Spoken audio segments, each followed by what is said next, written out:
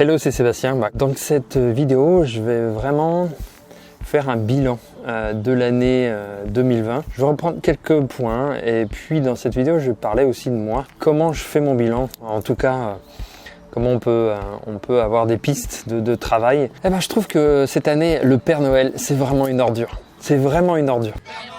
Je suis au cœur de la manifestation. Vous entendez derrière moi les manifestants scander leur slogan.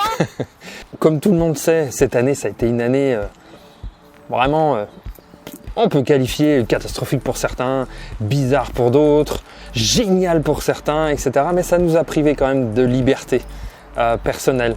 Mais on est en guerre. Nous sommes en guerre. Non, mais rappelez-vous, au mois de mars, la punchline du président, comme quoi on est en guerre. Bon, il ne l'a pas réutilisé après, mais c'est un mot ultra fort. Qu'est-ce qui se passe par rapport à l'autre? Qu'est-ce qui se passe par rapport à moi? Qu'est-ce qui se passe par rapport à la situation? Qu'est-ce qui se passe en moi? Et qu'est-ce que je peux faire pour être mieux ou pour aider les autres, etc. Après, ça dépend chacun comment il se place. Donc comment on fait justement son bilan? Est-ce que on se dit ok, j'ai mes objectifs, j'imagine qu'avec cette année, pour certains c'était catastrophique et pour d'autres ça a été vraiment waouh, génial parce que tout a été mis sur beaucoup plus sur le digital.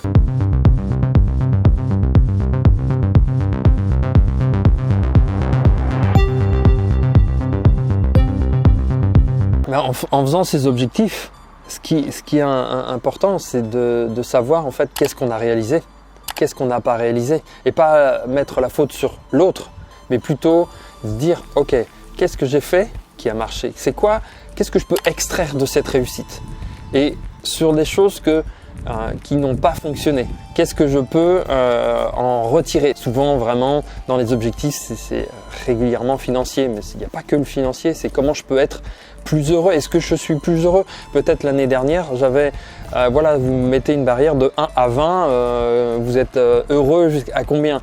Vous êtes heureux, justement, je suis à 10, et puis cette année, comment vous vous sentez? Vous avez été comment? Est-ce que vous avez monté à 14? Ou qu'est-ce qu'on a appris? Qu'est-ce qu'on peut éviter de refaire? Et en fait, il y a une chose aussi qui est importante, c'est qu'est-ce que vous faites? Est-ce que vous êtes conscient de ce que vous faites? Et pourquoi vous le faites?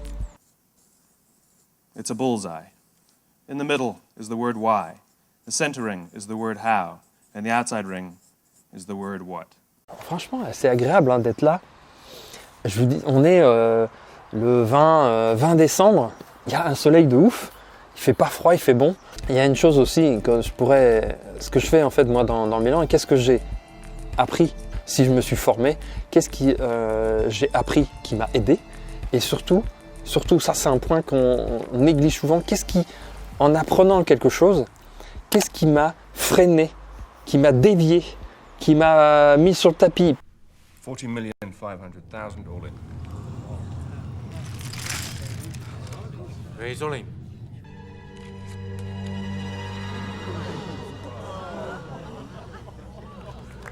Mais des fois on se forme en ajoutant des croyances négatives, des croyances, pas obligatoirement négatives, mais des croyances ou des éléments qui, dans notre écosystème personnel, paf, ça pète tout.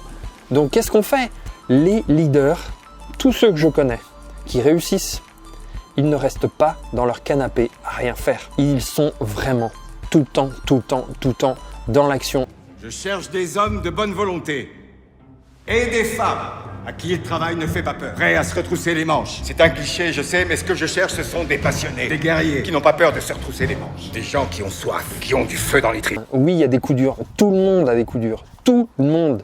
Tout ce que je vous demande, c'est de m'accorder une marge. Si vous n'ajoutez aucune plus-value à votre logement et que votre emprunt est en cours, je ne peux rien faire. Et moi, j'avais une pensée vraiment pour les personnes qui n'ont pas été prêtes cette année, en 2020, qui n'ont pas été prêtes, qui ont souffert, qui n'ont pas su réagir, qui ont été tétanisés, qui ont vu leur business, les restaurateurs et autres, bloqués complètement. Et toujours encore aujourd'hui, il y a des virages qui sont très difficiles à prendre pour certains, parce que c'est des tournants de leur vie.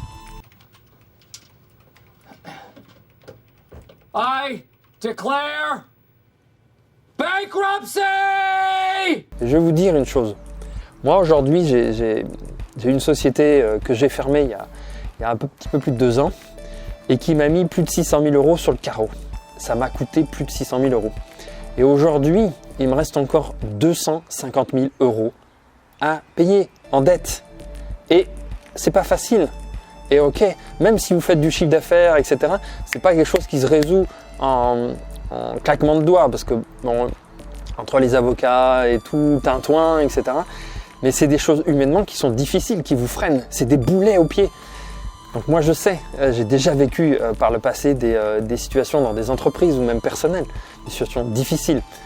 Et c'est pour ça que je soutiens, s'il y a des personnes qui veulent partager avec moi leurs difficultés, si je peux les aider un petit peu, tenez bon, faites les choses, ne restez pas figés, redirigez-vous sur des personnes qui peuvent compter sur vous, qui ont déjà vécu ces expériences que ce soit redressement judiciaire, procédure sauvegarde, liquidation. En tout cas, moi, je veux vraiment vous souhaiter de merveilleuses fêtes de fin d'année, un joyeux Noël, un premier de l'an. Ok, passez avec les gens que vous aimez. Joyeux Noël. Joyeux Noël. Joyeux Noël. Joyeux Noël, Harry. Joyeux Noël, Ron. Et moi, je vous retrouve pour une prochaine vidéo. Bye.